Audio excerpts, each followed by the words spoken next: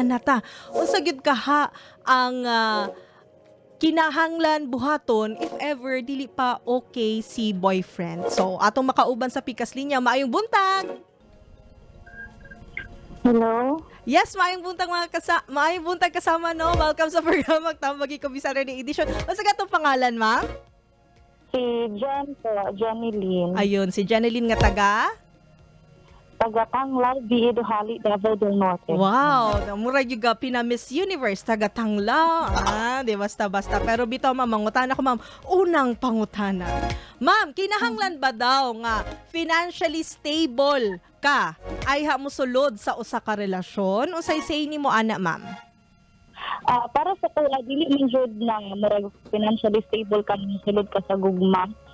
Kay sa tuang henerasyon karon bisan pagpilay mo edad basta kay nahigugma na ka nasulod jud ka sa gugma. Napoy uban na gusto sila quick lang basta murag okay na sila nga quick lang kung ano ka malisay o Yes. sila malisay Mhm. do na basta kay nahigugma. Pero Agod. kay sa tuang generation before Yes. sa kanya depende kung naa na tay trabaho Mhm. mas maayo jud na kamong duhang magtinabangan sa lakuan kay ang mahal na rabaya ang kape karon. Yeah. Tinuod na, ma'am. Kay usually, di ba, ginaingon nila mahal ang bugas, pero mahal na tanan, okay? Labi na katong dating pa, dili pa into ka ng, dili pa sila minyo, pero bisan pa man ni ana, mahal na gyud ang mga palaliton. Ma'am, ikaduhang pangutana. Kinahanglan ba ang lalaki permi mo bayad inig mag-date, ang mag-uyab? Kay mabayan ang ginaingon, dapat daw gentleman. Labi na kung uyab pa. Kinahanglan ba gyud ang lalaki ang permi mo bayad? Unsay say ni mo ana, ma'am? Og depende og ang lalaki is adunahan, yang babae walay kwarta so well, kung iyang gigastuhan murag si Marian Rivera, murag ulit ra po ang gasto ni guys.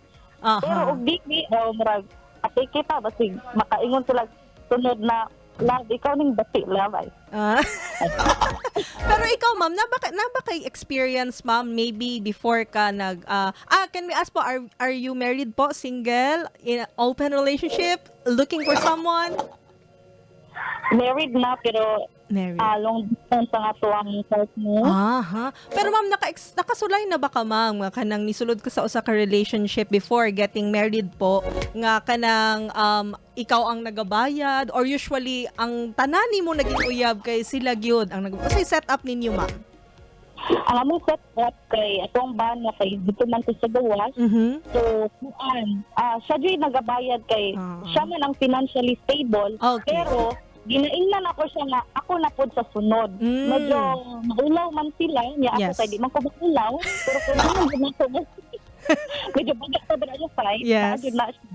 Okay. Pero, kailangan pod na ako nga, sa sunod ako na pod. Sila okay. makaingan para masiguhado lang yung bayhanan. Hindi mo rin nagwapa. Oy, gwapa kay ka, ma'am. Nakita na mo hang picture karon no, nasa to ang Facebook Live no, very pretty si Ma'am Jen. Okay, sunod na mong pangutana, ma'am. Unsa may angay buhaton sa usa ka mag-uyab when it comes to spending money while in a relationship? Murag maggahin jud sila na ay ang panahon karon grabe na jud ka pitos, grabe na jud siya kalisod kaysa kung pag-uli buri ang murag ang imo isa ka libo pag masinsilyuan na mura na lang 100 pesos. Di ba? Kailangan jud nato nga murag mag-save pa.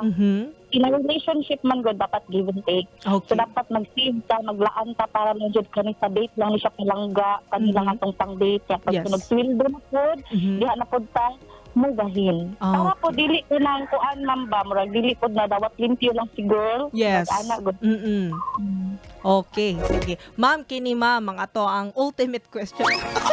Ma'am, unsa imuhang tambag sa letter sender nga na problema kay siya daw pirmi mo gasto ining mag-date sila sa yang uyab. So kini ma'am, uyab pa man ni sila, di pa man sila magtiayon, no? Maybe bag-o pa pud sila nga mag-uyab. Now karon, nabasa na to gamay ang iyahang problema, no? Kay fresh graduates pa pud sila, pero si girl kay nangita dag trabaho. Now karon pila na sila katuig, wa man gihapon nangita og trabaho ang lalaki. Para nimo ma'am, usa man ang imuhang tambag po? Para sa ko ay murag kailangan jud niya nga kanang kay ang lalaki man, di ba ma'am? Ang lalaki ang nagagastos sa ilang date. Mm. Nga ang babae is naa may trabaho. Yes po. So nakapagod na silang duha, ma'am. Kung saan po nila pag-manage sa ilang relasyon na dili sila magkabulag tungod lang ana. Kwarta nga kung kinsa mo gasto. Yes. Kay mag-uyab naman sila. So dili po dapat akuon sa lalaki para lang ingon nga higugmo ko sa imuha, my love, kay kani gigasto na ko tanan, dili po ding ana. Dapat sa nagdanan pa lang magkuan na sila, magsabotay na silang diha sa sex ingana kay maybe in the future sila po hinuon. Yes. At least sa pinugdanan pa lang magkiruhay na sila daan kay in klaro terms of money nga jud ba magbulag. Tinuod. Kay di ba ma'am, ang kwarta kay usapod na sa mga rason nga nung mag-away ang usa ka magtiayon, ma'am. Do you agree with me, ma'am? Yes, yes ma'am. Dili jud pud pwede na kay ang lalaki na ay kwarta, Yes. siya lang po, yung babae kay magag ay sige, kay higugma man si boy, dawaton ko ni dili jud na siya ano ma'am. Kay ang reality sa kinabuhi, kailangan jud nimo mag-save og kwarta. Kay kung in the future, pag kamo jung duha, pero og naara na sa lalaki o gusto siya nga siya jud ang mo bangka og kanang pakaon, agoy. Murag 50-50 tanan ma'am. Gyud bitaw, ma'am. Pero ma'am, kini pahabo lang nako na question, ma'am, no, para kay ang ato ang mga listeners man gud dili lang man sa mga mag-uyab but even kanang sa mga magtiayon, ma'am. Namang yung mga sama sa kong giingon ka ganina na problema sa kwarta. Ma'am, how do you handle it po if ever na mga problema kalabot sa kwarta? Ginaunsa ninyo pag-handle sa imuhang partner po? Kaya ko manggod, naman po ko iba na siya trabaho, nangkamot po jud ko nga ma-provide na ko nga akong need, na dili jud ko magsalig. Yes. Lesson learned lang jud madili jud dapat magsalig si mong bana. Yes. Kay in kaso og naay ka ng mga possibility na magbulag mo, at least naa ka, dili ka nang namag-iuban na kanang mag-asawa.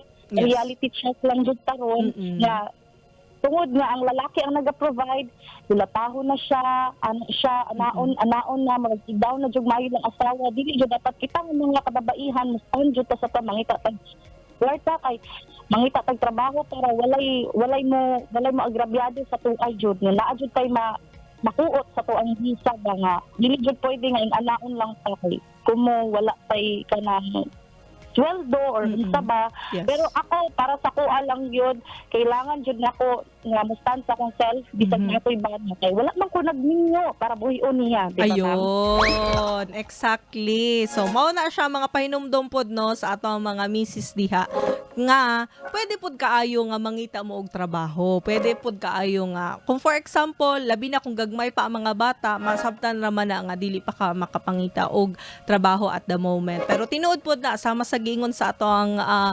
tigtambag karong buntag nga dili necessarily nga si bana lang ang mo provide kay kaniadto man gud na tay tinuuhan ba nga dapat ang bana maulay mag-provide para sa pamilya. Pwede na pod kaayo mo tabang si Mrs. Ayan. Daghan kaayong salamat, ma'am Janeline Montes Claros. Daghan kaayong salamat sa imuhang tambag.